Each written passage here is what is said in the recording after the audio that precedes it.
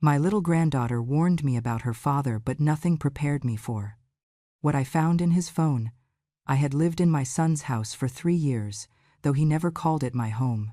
Bryce liked to remind me that every wall, floorboard, and light bulb belonged to him and Tanya, even though half the renovations had been paid for with my savings when I first moved in. I was nearing 70, and the body keeps score. My knees had stiffened from years of nursing shifts, and my blood sugar needed strict medication. Still, every morning I shuffled to the kitchen, trying not to bother anyone, which never worked. Bryce would glare at me over his coffee and say, "You eat more than you're worth, Mom. You're a walking bill, not family." That was how my day began, with the man I once carried on my back calling me an expense. Tanya kept her disgust sharp and open, tossing a towel toward me and saying, "Wipe the counters, Eleanor. That's the only thing those shaky hands want ruin." She never used my name kindly, only as a weapon, and Bryce followed her lead. They referred to me as her or that woman, as though saying, "Mom might stain their tongues." I tried to earn my place. I folded laundry even when my fingers cramped and watched little Tessa after school so they would not have to pay a sitter. Tanya twisted everything into an accusation. She rearranged my kitchen again. She thinks she lives here. They even banned me from opening the fridge after 9, with Tanya snapping, "If she snacks at night and dies in her sleep, I'm not taking the fall for her stupidity." They spoke as though my life were an inconvenience and my survival optional. Bryce's resentment festered from old wounds he carved himself. Years ago, he begged to use the Ridgway family home as collateral for a gambling loan, and I refused. I had worked decades to keep that house from foreclosure after his father died. But Bryce said, "You ruined my chance to flip my life around." Tanya despised me for teaching Tessa to save her allowance instead of buying toys she did not need. She claimed I was poisoning the child with a poor mindset. They mocked my years of nursing, calling it a low-class job, while still spending my retirement checks and prescription reimbursements. They drained me, then accused me of being a parasite. The only light in that house was Tessa. She would run to me after school, throw her arms around my waist, and whisper, "I love you, Grandma. You're the only one who listens to me." Bryce hated it. He would snap, "Do not make her soft like you. The world eats people like you." But Tessa clung tighter when he said it, as if she already sensed something I kept trying not to see. Around 200 words ago, you may have felt the same tightening fear I lived with each day, and if you feel justice deserves celebration, smash that hype button. Let us keep stories like this alive, echoing far, far away. Your support helps us bring understanding and love to those who deserve it. Thank you so much. Keep listening. One night, long after they thought Tessa was asleep, I heard Bryce's voice drifting from the kitchen. His tone was low, practical, frightening in its calm. "Once she doesn't wake up, things will finally be easier." It was not said in anger. It was said like a man discussing trash pickup.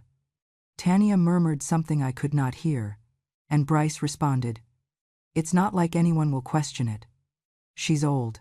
Things happen." My chest tightened as though invisible hands were pushing against my ribs.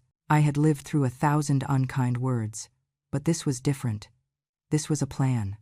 I stayed frozen in the hallway until I heard a soft thud upstairs. Small feet hurried across the floor. A door creaked open. A moment later, Tessa slipped into my room with her teddy bear clutched to her chest. Her voice trembled. "Grandma, Daddy said you won't wake up one morning." He said it like it's already decided. My heart dropped so hard it felt like it hit the mattress. I pulled her into my arms and told her everything was fine, even though the cold spreading through my spine told me nothing was fine. She pressed her face against my shoulder, shaking, and I held her as tightly as my stiff arms allowed. I knew that children often misunderstand adult conversations, but this time there was no misunderstanding. I could hear the echo of Bryce's words in her fear. While she trembled, something inside me shifted. It was not anger yet. It was recognition. I had overlooked 1,000 small cruelties, told myself that exhaustion made them harsh, that stress made them cruel. But children do not invent terror, and Tessa was terrified. I stroked her hair and whispered a lie meant to protect her, not myself. "Grandma is not going anywhere, sweetheart." But in the dark I felt the truth settle like a stone in my stomach. My own son was planning a world where I no longer existed, and the only person brave enough to warn me was a little girl who loved me more than he ever had. People like to say time softens old wounds, but mine never had the chance. They were kept open, poked, and paraded as flaws whenever Bryce needed someone to blame. My past was supposed to be a story of survival, but in his mouth, it became an accusation he never stopped sharpening. When I was young, I buried my husband before Bryce turned 6. I worked night shifts at the nursing home, then morning shifts at the clinic when bills piled up. I held the hands of strangers as they forgot their own names, then came home to a little boy who only remembered that his mother was too tired to play. Once, when Bryce was burning with fever and we did not have enough money for a taxi, I lifted him onto my back and walked through sleet to the nearest urgent care. My shoes were ruined, my uniform soaked, and I still had another shift waiting. He never remembered the effort, only the part where we arrived late. As he grew older, his grades were mediocre, but he insisted it was because I had not provided a better environment. I watched my pennies and skipped meals so he could have school supplies, but he called me the reason he grew up poor. I lived frugally because I had to.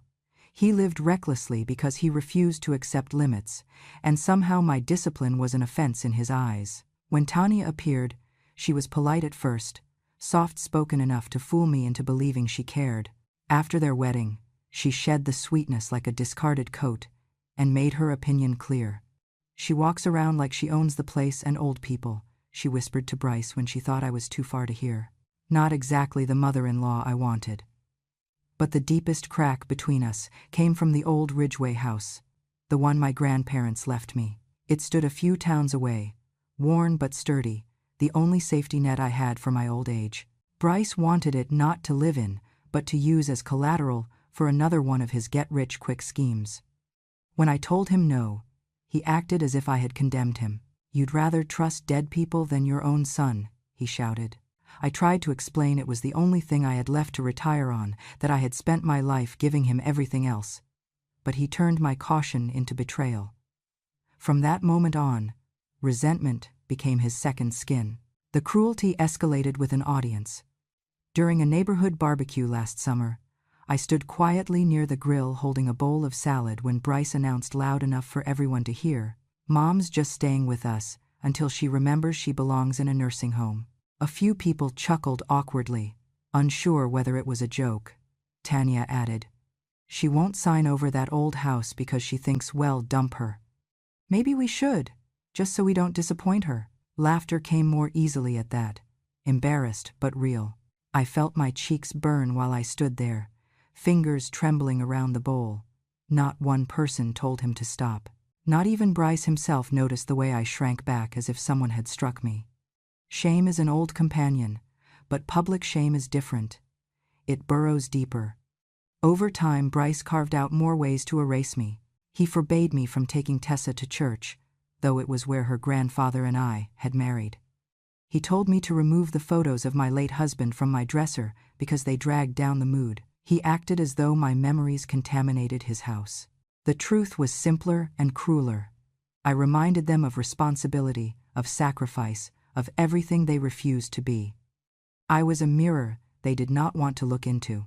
All of it might have faded into painful routine, if not for what happened a few weeks before Tessa warned me. Bryce had bought a massive pickup truck he could not afford, and the loan payments nearly doubled his debt. One morning, after he spent half an hour ranting about bills, I gently suggested he sell the truck. Before I even finished the sentence, he spun around and shouted so loudly the windows rattled, "You don't get to talk about my finances. You've done enough damage. This is my house, my family, and you are just a long-term guest we haven't kicked out yet." He said it in front of Tessa, in front of two neighbors who had stopped by with mail. I felt every word strike like a slap. Tessa's eyes filled with tears, her small hands gripping her backpack as though she wished she could disappear into it. I tried to smile at her, but my face would not obey. In that moment, something in me cracked open, not from surprise, but from the confirmation of what I had feared for years. I was no longer a mother in his eyes. I was an obstacle he tolerated until he found a more convenient way to remove me. And weeks later, when Tessa crawled into my bed, whispering that her father said I would not wake up soon, that crack widened into something darker, something colder, something that told me my past had been twisted into a weapon, and my future, in their hands, was meant to vanish. The discovery began on an afternoon that should have been ordinary. Bryce had been drinking since lunch, knocking back cheap whiskey in the living room until his words slurred and his footsteps staggered. When he stood to go upstairs, his phone slipped from his pocket and hit the floor with a crack. He cursed at it, kicked it toward the wall, and lumbered up the stairs without picking it up. I stayed frozen where I was, not daring to touch anything of his. But before I could decide what to do, little Tessa tiptoed forward, eyes wide and frightened. She held the phone like it was something alive that might bite her. "Grandma," she whispered, "I think there's something bad in Daddy's phone. He said if you stay, they'll fix it." Her hands trembled as she pushed it toward me, as if she could not bear to be the one holding it any longer. I asked her what she meant, but she shook her head and curled closer to me, whispering, "Please look, I'm scared." My heart tightened. Snooping through someone's phone went against every boundary I was raised with, every rule I taught Bryce when he was little. But the fear in Tessa's eyes was not imagined. It was the fear of a child who had heard something she did not understand but instinctively knew was dangerous. My privacy, Bryce's privacy, whatever moral line stood between them, it all shrank beneath the simple truth. This might be the only chance to understand what they were planning. I unlocked the phone easily. Bryce never used a passcode when he was drinking. At first, nothing looked unusual. Messages, photos, banking apps. But then I saw a folder labeled 4CPS. My breath hitched. My thumb hovered over it as every part of me urged caution. Then I remembered Tessa's voice shaking as she begged me to look. I opened the folder. The first file was an audio recording. I pressed play. At first I heard my own voice, or something meant to sound like it. "Stop crying or it'll hit you." The words felt like a punch to my stomach. The tone was harsh, sharp, nothing like how I speak to Tessa. Another clip followed. "I'm tired of you. I should have left you." My hand flew to my mouth. They were fabrications, bad ones, if you listened closely, with awkward cuts, mismatched breaths, background noises that didn't belong to my kitchen. Dozens of files, each one slicing deeper than the last, each designed to sound like I was screaming at my granddaughter. It was a script of abuse that had never happened. They were planning to paint me as a threat. I felt the room tilt, but I forced myself to continue. In Bryce's messages with Tanya, the plan became clearer, uglier. "Once CPS sees the recordings, they'll force her into a facility," Bryce wrote. "Then we can take that house off her hands legally. For her own good." Tanya's reply was colder. "Well, say she forgets things, gets violent. Old people always look guilty on camera. Old people. As if age alone made me disposable. As if they could reshape reality simply by saying it out loud. But nothing prepared me for the next folder. Tessa practice. My fingers trembled as I clicked it. The first recording made my blood run cold. Tanya's voice, irritated and impatient. "Say, Grandma scared me.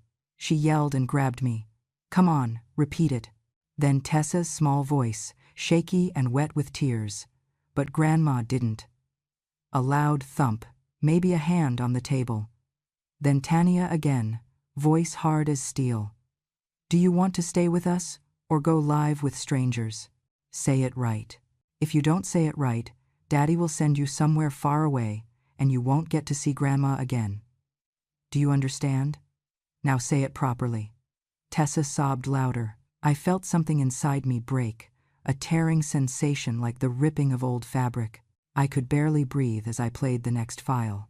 Again and again, Tessa tried to defend me, and again Tanya cornered her emotionally, forcing her to rehearse lies she could barely speak through tears. My Tessa, my sweet girl who trusted me, was being used like a bargaining chip in a game I never agreed to play. The cruelty of it stunned me. This wasn't just about removing me. This was about erasing me from Tessa's life entirely, turning her against me so thoroughly that even the memory of my love would be questioned. I clutched the phone so tightly my knuckles whitened. The sound of Tessa crying through the speaker was too much. Tears blurred my vision until the screen melted into streaks of light. I had survived many kinds of pain in my life, grief, exhaustion, humiliation, but this was different. This was watching my granddaughter's innocence being twisted into a weapon. This was hearing adults bully a child into betraying the one person who had never harmed her. My breath shook as I lowered the phone. Bryce and Tanya hadn't just wanted to force me out, they wanted to destroy the bond between me and the only person in that house who still loved me. They wanted to rewrite me as a monster so that when I screamed for help, no one would listen. They wanted me separated, silenced, committed, and stripped of everything I had left. And as the last recording ended with Tessa sobbing, barely able to get the words out, I felt the truth settle into place with terrifying clarity. They didn't just want me gone. They wanted me erased. After hearing the recordings of Tessa being coached to lie, I should have stopped. My hands were shaking so hard the phone almost slipped from my grip, and my chest felt tight in a way I had not felt since the night my husband died.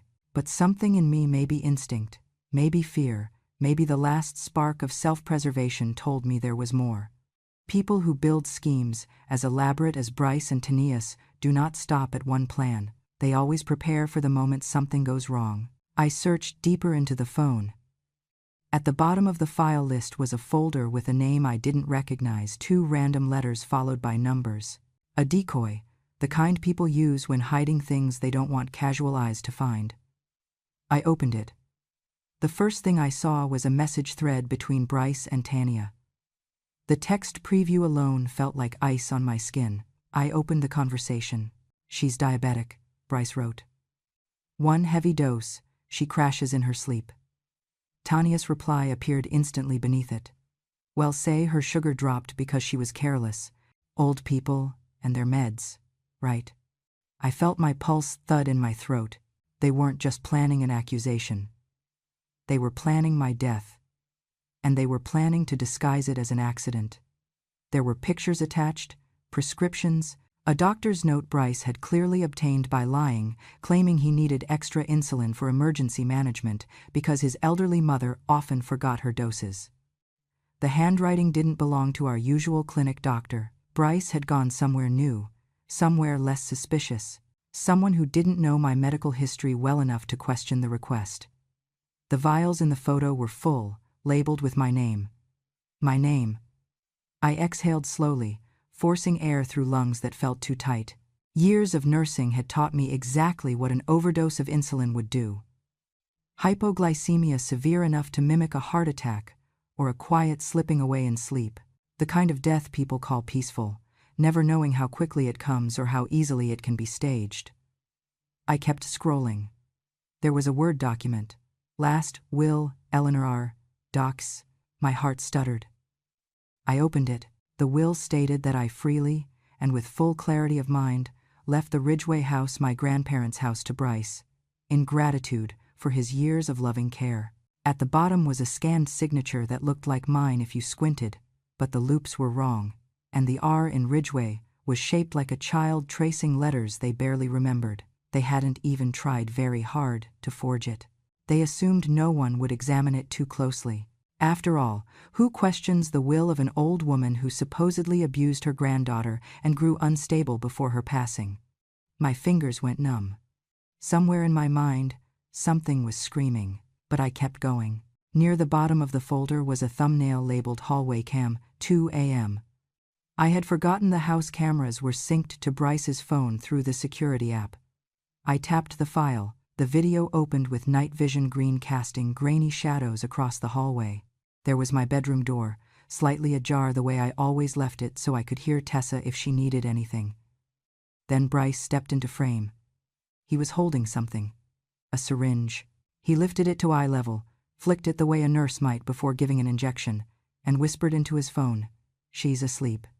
If Tessa wasn't stirring so much, it'd do it now." His voice was steady, not wavering, not doubting. Steady. Tanya's voice crackled faintly from his speaker. Tomorrow then. Just get it done, Bryce. I'm tired of breathing the same air as that relic. Relic. I watched the man I raised stand at my door with a needle intended to kill me, not metaphorically, not symbolically, literally. My knees buckled, and I had to sit on the edge of the bed before the weight in my chest knocked me over. For a moment, I nearly fainted. The world swayed, and lines blurred, and a sound escaped my throat that I didn't recognize as my own. But old habits saved me. Years of nursing had taught me how to breathe through panic, how to steady myself when others were collapsing, how to separate fear from action. I inhaled deeply, exhaled slowly, and forced my mind to stay present. I replayed the clip, watching Bryce's silhouette again. My son, my only child, the little boy I once carried through sleet. He stood there calmly, waiting for the right moment to end my life. There was no misunderstanding left. This wasn't the cruelty of frustration or resentment. This wasn't even simple greed. This was a structured, deliberate, two-tier plan. Plan A. Kill me quietly with insulin and let the world assume it was a medical accident. Plan B. If something interfered, if I didn't die fast enough, or questions arose, they would use doctored recordings, forced statements from Tessa, and a forged will to have me declared unfit, institutionalized, and stripped of my property. Two paths to the same outcome. Silence me, erase me, replace me with something valuable. I stared at the phone, at the needle in Bryce's hand, at the proof of the thing my heart had refused to believe, even when the signs were everywhere. This wasn't disrespectful. It wasn't ingratitude. It was an attempted murder. And for the first time in a very long time, my fear hardened into something else, something cold, steady, and unforgiving. They thought I was weak. They thought I was alone. They thought wrong. The night I watched Bryce standing outside my door with that syringe, I knew I could not survive this alone. Fear is a terrible companion. It whispers that you have no one, nothing, nowhere to turn. But somewhere deep inside me, under all the panic and betrayal, a name surfaced. I had not spoken it aloud in years. Frank Donovan, a retired detective now, but once a stubborn, sharp-eyed force of nature. I had cared for him after his accident a decade ago, when he shattered his femur trying to stop a burglary. I helped him walk again, listened to him talk about the cases that weighed on him, the crooked men who smiled like saints, the victims no one believed. One afternoon, when he realized I was the only person who treated him like a human being and not a broken badge, he told me quietly, "If you ever need someone to believe you when no one else does, call me." I never imagined I would. Still trembling, I found his number in an old journal and dialed. He answered on the second ring. His voice was older, gravelly, but still steady. "Eleanor, are you all right?" "No," I whispered, and my voice cracked in a way that told him everything. I sent him all of it, the edited audio files meant to frame me, the messages about CPS, the forged will, the folder outlining how they planned to overdose me, and the video of Bryce outside my door. I expected silence, maybe hesitation, maybe pity. But Frank breathed in sharply and said, with the calm of a man who had seen real evil, "Eleanor, this is attempted homicide, and it is not even subtle. I am coming to you." "No," I said quickly, "you cannot. If they see you," he understood before I finished. "Then we do this smart. You send me everything. I will start pulling strings from here." Within 20 minutes, he had begun digging. He had old contacts in law enforcement, people who still respected him. He used them like tools he had not forgotten how to hold. The first thing he uncovered was traffic camera footage. Bryce selling insulin and other prescription meds in a parking lot weeks ago. Bryce had been selling extra vials on the side to chip away at his gambling debt, unaware that every transaction left a digital trail that would later bury him. Not using them, selling them, that alone was a felony. Frank kept going. He checked medical records and with a few favors called in, obtained the prescription logs.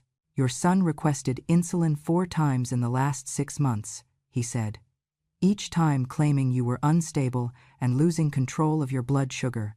I cross-checked your actual pharmacy pickups. They do not match. He is stockpiling. My stomach twisted. Bryce was building an entire narrative. A fragile, old woman declining mentally and physically, a perfect candidate for a tragic medical accident. He thought of everything except that someone might look too closely. Eleanor, Frank said, his voice harder now. This is premeditated. They want the house, the benefits, and to erase you. I swallowed hard. Hearing someone else say it made it real in a way I was not prepared for. But Frank wasn't done. He dug through public database requests, insurance company logs, recorded service calls, and there it was. A call from Tanya last week.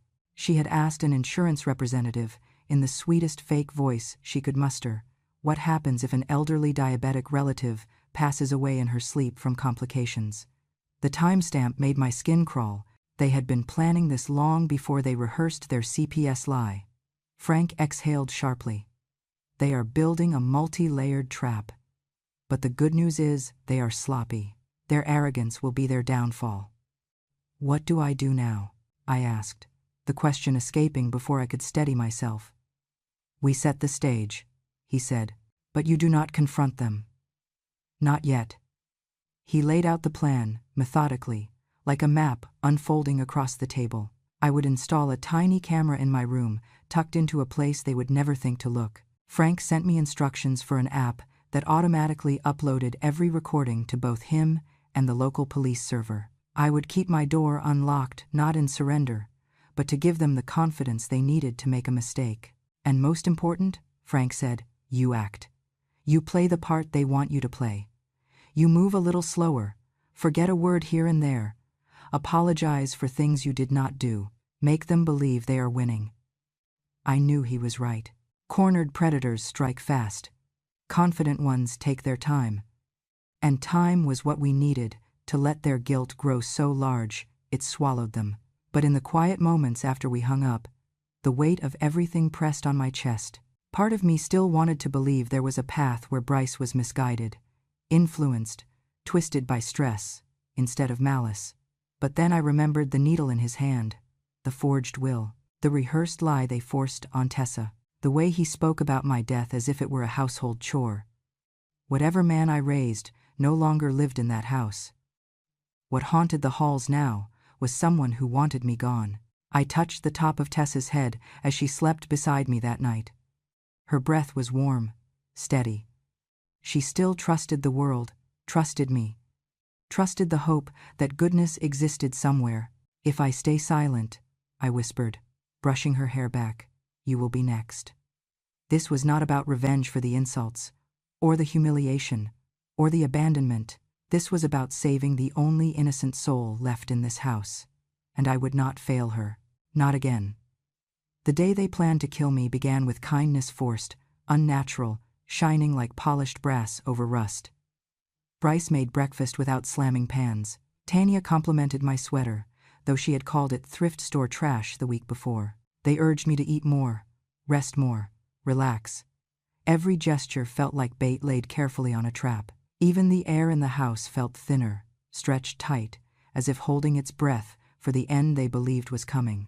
Tessa sensed something wrong. She hovered beside me all afternoon, gripping my sleeve with small, anxious fingers. But every time she tried to speak, Bryce snapped, "Bed." Now, she went reluctantly, turning back to me with wide, frightened eyes before disappearing into her room. I wanted to follow her, hold her, shield her from this nightmare she never asked to be part of. But the plan could not bend now. Frank was already in place. The police were waiting for the signal, and the camera, hidden in my nightstand, was quietly recording. All I had to do was survive the next few hours. When the house finally went quiet, I lay in bed, pretending to sleep, though my pulse hammered so loudly I feared they would hear it from the hallway. I kept one hand beneath the blanket, close to the panic button Frank had installed on a burner phone. One press would send the footage directly to the officers waiting outside, but Frank had insisted I wait until they made their move. Intent matters, Head said. Let them show it. Near midnight, the floorboard outside my room creaked. Slow, deliberate steps. A familiar shadow slid across the crack beneath the door. The knob twisted with a soft click. Bryce pushed the door open inch by inch, stopping only when the hinges sighed. Tanya stood behind him, outlined by the hallway light, arms crossed, eyes cold. "Do it," she whispered. "I'm done waiting for nature." Bryce exhaled, a long, shaky breath. "One stick," he murmured, lifting the syringe, and we're free. I kept my breathing steady, shallow enough to mimic sleep, but not so controlled it seemed unnatural. He stepped closer, the faint scent of cheap beer on his clothes. He leaned over me, fingers curling around my wrist as if I were nothing more than a limb to adjust. "Goodbye, dead weight," he muttered. The needle hovered above my skin. My heart pounded so violently I wondered if the mic would pick it up. The room felt impossibly small, the air colder than it should have been. I lay limp, waiting for the sting. The moment the metal pierced flesh, the moment my life would depend on how quickly the officers moved. Then it happened.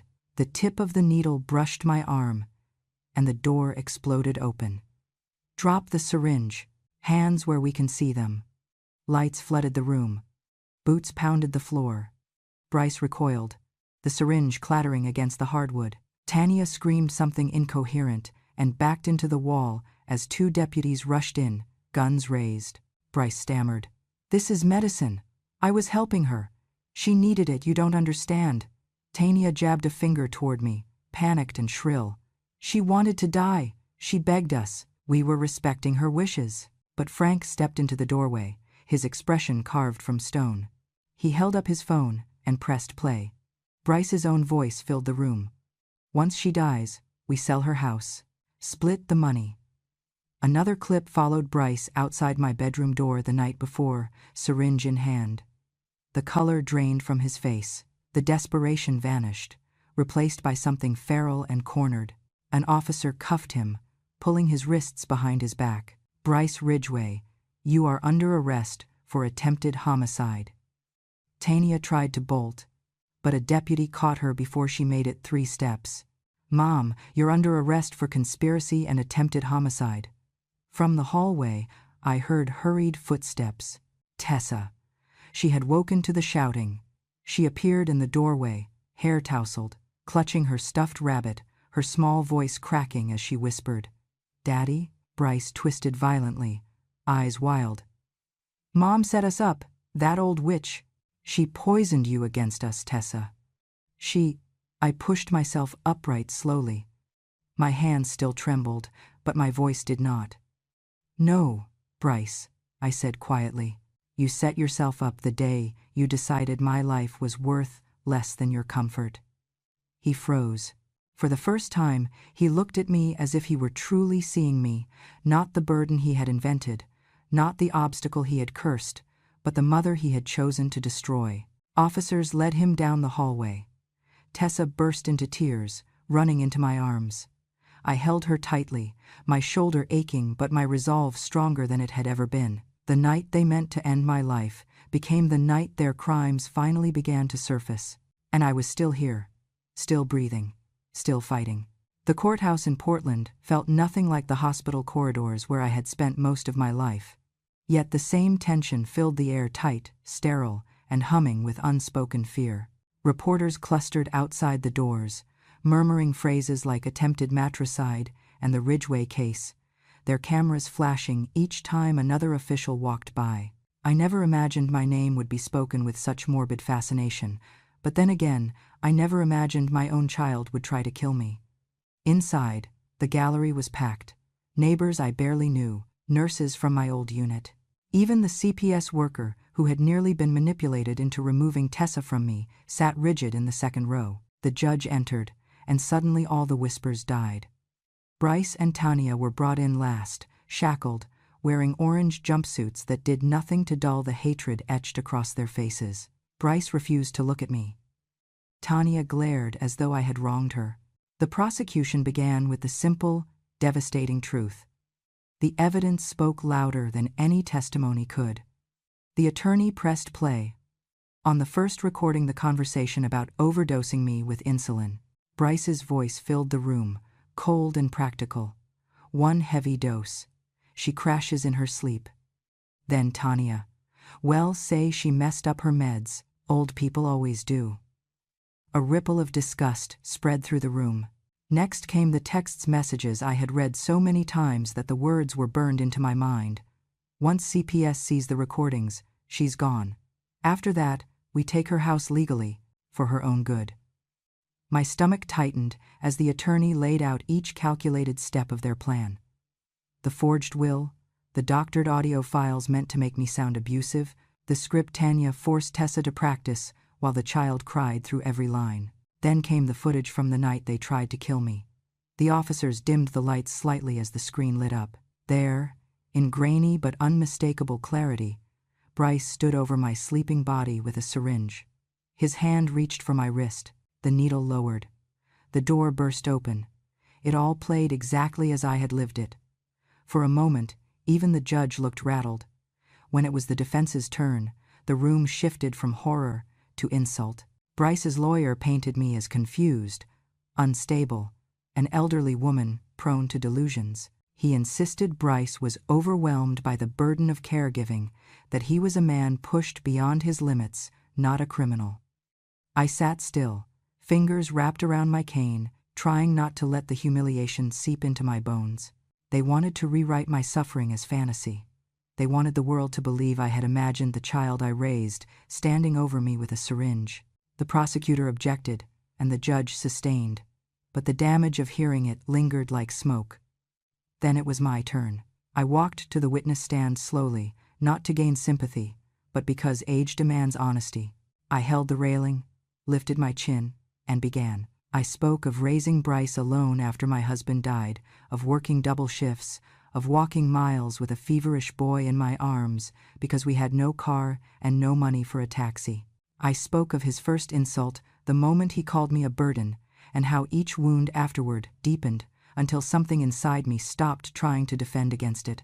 I spoke of the moment I heard him teach my granddaughter to fear me. By the time I finished, tears had streaked across the faces of strangers in the gallery. Bryce, however, looked bored, as if what I said were nothing more than background noise. The judge leaned back, silent for a long moment. When he finally spoke, the entire room leaned forward. He turned first to Bryce. "Your mother, Eleanor Ridgway, gave you life," he said, voice steady but heavy. "You repaid it with a calculated plan to end hers for money and convenience. This is not stress. This is not a lapse in judgment. This is moral bankruptcy and attempted murder." Bryce's jaw tightened, but he did not speak. Then the judge addressed Tanya. "You manipulated a child. You forged legal documents. You conspired to take a woman's home, her autonomy, and her life. Your cruelty was deliberate." The verdict came swift and unforgiving. Bryce Ridgway, guilty of attempted murder, fraud, and child endangerment. Tanya Ridgway, guilty of conspiracy to commit murder, forgery, and witness tampering. The courtroom exhaled. Reporters scribbled furiously. And then Bryce snapped. He lunged forward, held back only by deputies, and shouted, "You should have helped us. You ruined our lives." His face was twisted with a rage I recognized too well. I rose slowly from my seat. Every bone in my body felt heavy, but my voice was lighter than it had been in years. "I helped you your whole life," I said. "You just never learned what real help looks like." Silence fell so completely I could hear the air move. Bryce's expression faltered. For the first time, I saw not hatred, not greed, just the hollow recognition of a man who had lost everything, including the ability to blame anyone else. The deputies pulled him away.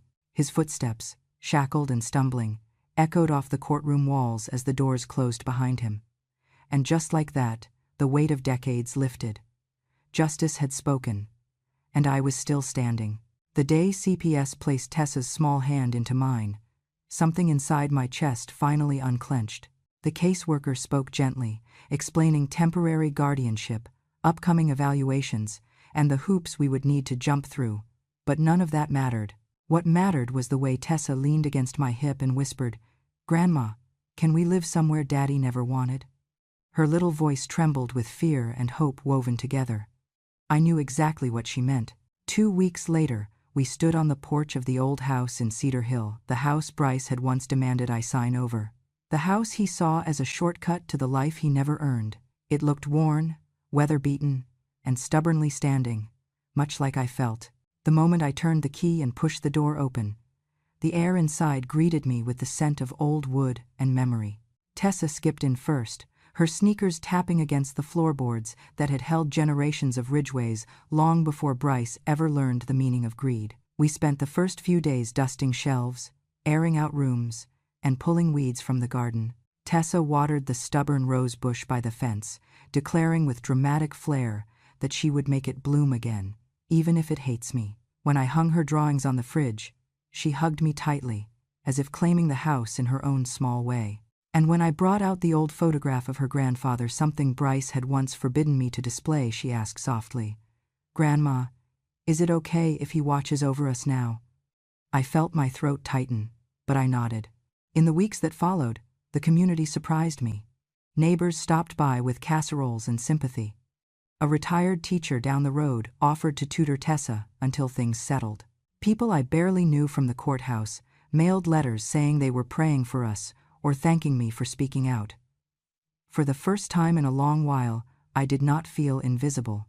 I felt seen, not as a burden, not as a story Bryce twisted for convenience, but as a survivor. Then came the call from the insurance company. They wanted me to participate in a new awareness initiative about elder exploitation videos, pamphlets, community talks. The woman on the phone said, "Your courage will help protect countless seniors, Mrs. Ridgway." I almost laughed. Courage had never been the word I used for myself. Survival, maybe? Stubbornness? Absolutely. But courage? Maybe it fit more than I thought. I agreed to help not for recognition, but because I wished someone had told me, years ago, that abuse does not always come with fists. Sometimes it comes in the form of silence, entitlement, or a child's voice saying you cost too much.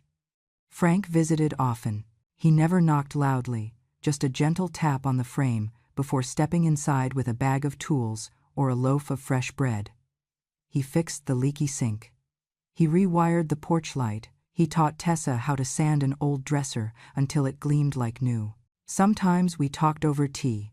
Other times we simply sat on the porch in comfortable quiet. He never asked for details. I was not ready to give, and I never asked him to leave sooner than he wished. It was companionship born not of obligation, but of respect. Tessa adored him. She started calling him Uncle Frank, and he pretended not to smile every time she said it. I watched them plant marigolds together one afternoon, and thought about how different life could have been if Bryce had grown into a man who valued kindness over convenience. But I refused to let bitterness consume me. Losing a son in the emotional sense is a wound that never fully closes, but some truths must be accepted for the sake of the living, I told myself. Some people must be held by the law, or they will destroy anyone who trusts them. And for the first time, I believed it without guilt. One sunny Saturday, Tessa and I painted a wooden sign to hang above the porch steps. The wood was old cedar, smooth after years of weathering. I carved the letters carefully, while Tessa handed me the paintbrush. Ridgway home not for sale, not for betrayers. When we hung it, she stepped back, hands on her hips, and said, "Now they'll know whose house this really is." I laughed, a real, full laugh I had not felt in years. Later, as she played in the yard, twirling through dandelions under the afternoon light, I sat on the porch and let the peace settle over me. The house, the garden, the breeze, they wrapped around me like a long-lost embrace. They wanted me gone so they could take this house. I whispered to no one, and everyone, but this house kept me alive long enough to watch justice find them. The wind rustled the leaves in agreement. I leaned back in the old rocking chair, listening to Tessa's laughter carry across the lawn. The sound was brighter than any verdict, sweeter than any moral victory. "For the rest of my life," I murmured, "I will not be silent again. No grandmother should ever be turned into a shadow inside her own story." The sun dipped toward the trees. Tessa called, "Grandma, come see my flowers." And I went to her, leaving the past where it belonged, in the courtroom where justice took root, and stepping fully into the life I chose to reclaim. Thank you, sweetheart, for staying with me through the end of this long, crooked road. Some stories bruise the heart before they heal it. Some truths sit in the dark for years, waiting for a single voice to say, enough. If this story meant something to you, if you believe no grandmother should have to fight for her life under her own roof, if you believe that justice, though slow, still has a pulse, then I would be honored, truly honored, if you'd stay a little longer with me. Subscribe to Grandma True Stories. Here, every scar becomes a chapter, every whisper becomes a warning. Every quiet woman finally gets her turn to speak and be heard. Your support keeps these stories alive. Stories of survival, of betrayal, of strength that grows in silence until the moment it refuses to break. Thank you for listening, my dear. And remember, when a grandmother speaks, the world ought to stop and listen. Come back soon. I have many more truths to tell you.